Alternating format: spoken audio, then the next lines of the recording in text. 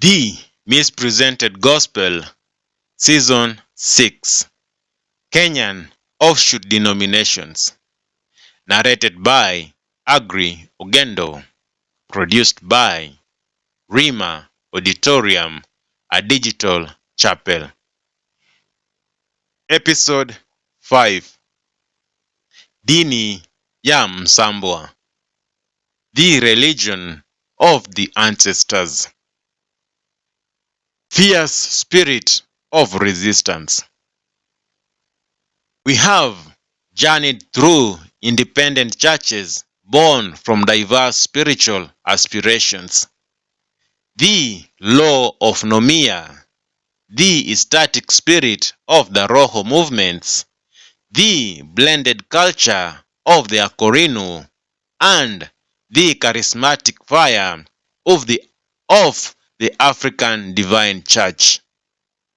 Now we arrive at a movement that pushes the boundaries of what we understand as a church, a spiritual force so deeply intertwined with the anti-colonial resistance that it was deemed a direct threat to the very fabric of British rule.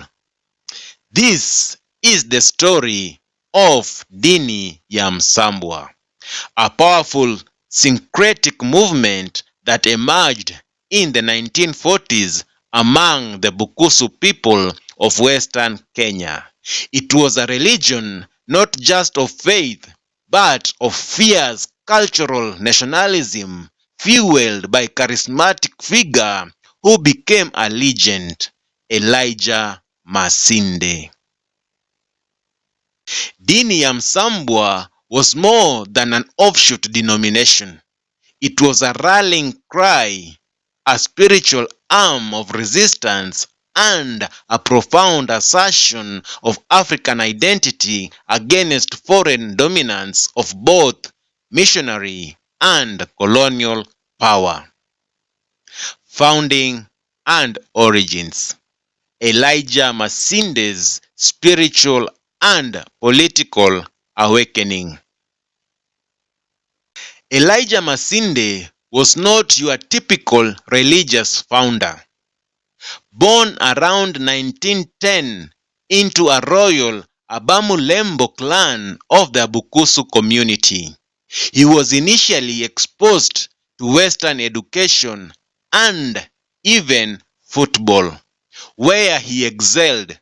However, a series of profound personal and spiritual crises in the late 1930s and early 1940s led him away from colonial influences and towards a radical spiritual awakening. Masinde claimed to receive prophetic visions and divine mandates from the ancestral spirits, particularly through a sacred mountain, Mount Elgon. These visions revealed a path for the Bukusu people to reclaim their land, their dignity, and their spiritual sovereignty from the British. He declared that white man's ways were a contamination and salvation lay in a return to authentic African traditions. Around 1943 to 1944, Masinde began formally organizing his followers into a movement initially called Israel, later known as Dini ya Msambwa. The name itself is profoundly significant. Dini means religion, and Msambwa refers to the ancestral spirits and the traditional spiritual essence of the Bukusu people.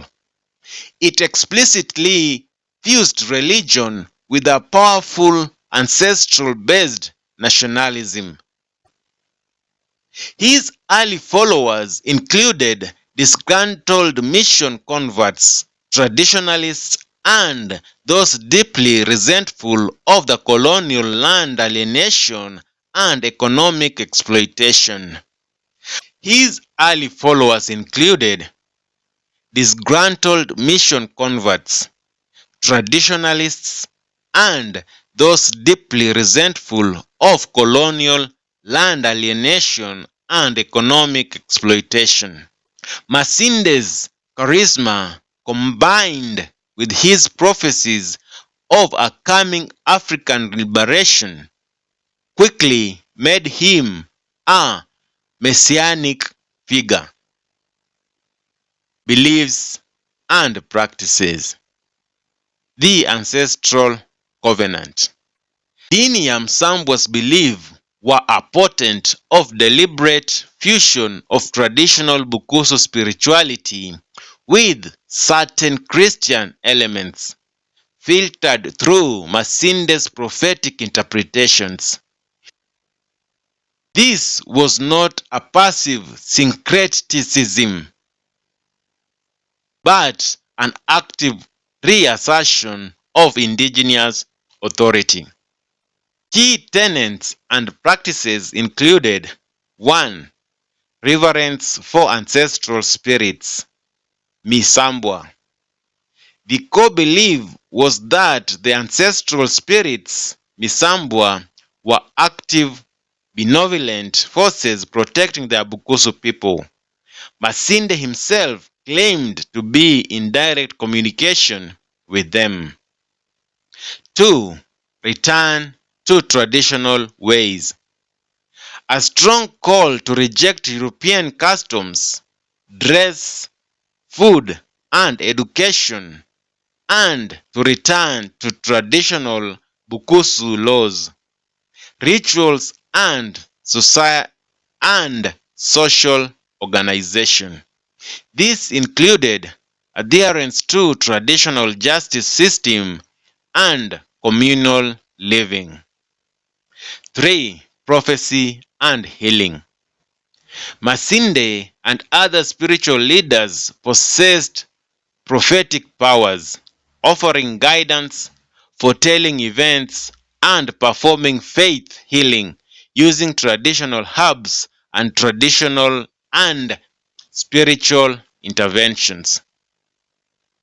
4. African Godhead. While acknowledging a supreme God, their theology was distinctly African, emphasizing a God deeply connected to the land and ancestral realm.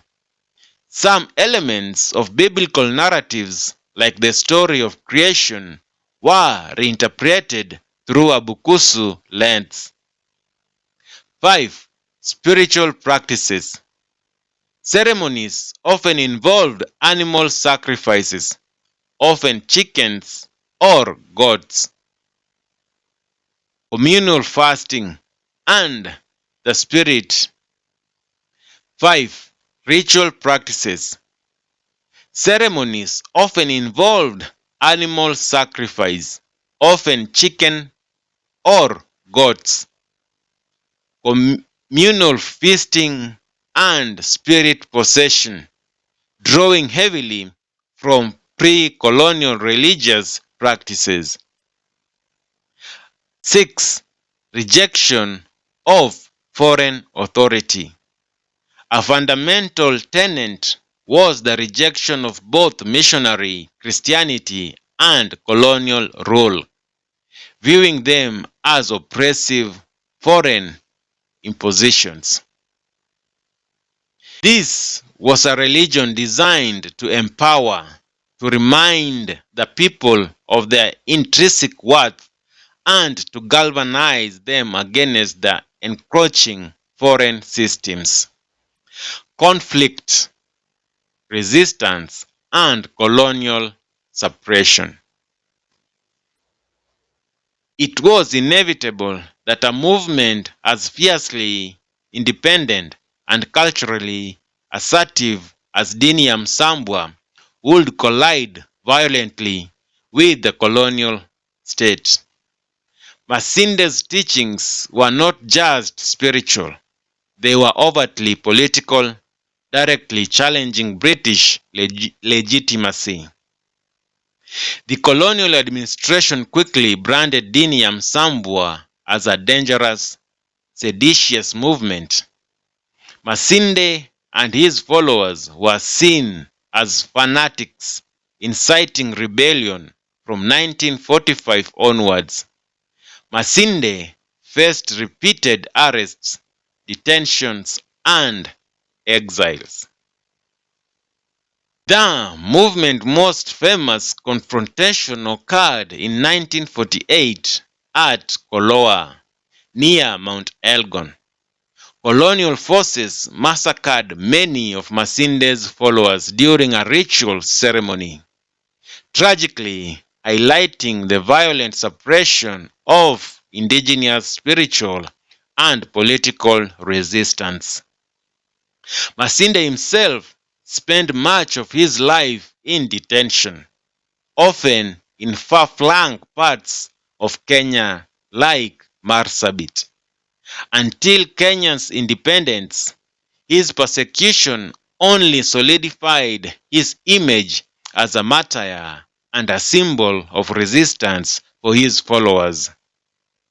Dini Msambwa became an underground movement, its message spreading through hushed whispers and secret gatherings. Statistics, influence, and modern status. The unbroken spirit. Qualifying the exact membership of Dini Msambwa is challenging, given its history of suppression and its often fluid community-based structure. However, its historical influence among the Bukusu, Pokot, and parts of Luhya community in western Kenya was intense. At its peak in the late 1940s and 50s, it commanded a following large enough to warrant significant colonial military intervention. Even today, despite the rise of mainstream Christianity, Dini Msambwa maintains a presence in rural areas of western Kenya. It represents a spiritual identity tied directly to land, ancestry, and the memory of resistance. Challenges and relevance. Legitimacy and integration.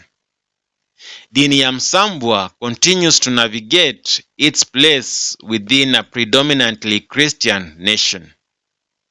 While officially registered, it often faces skepticism and marginalization from mainstream religious groups. Leadership and succession.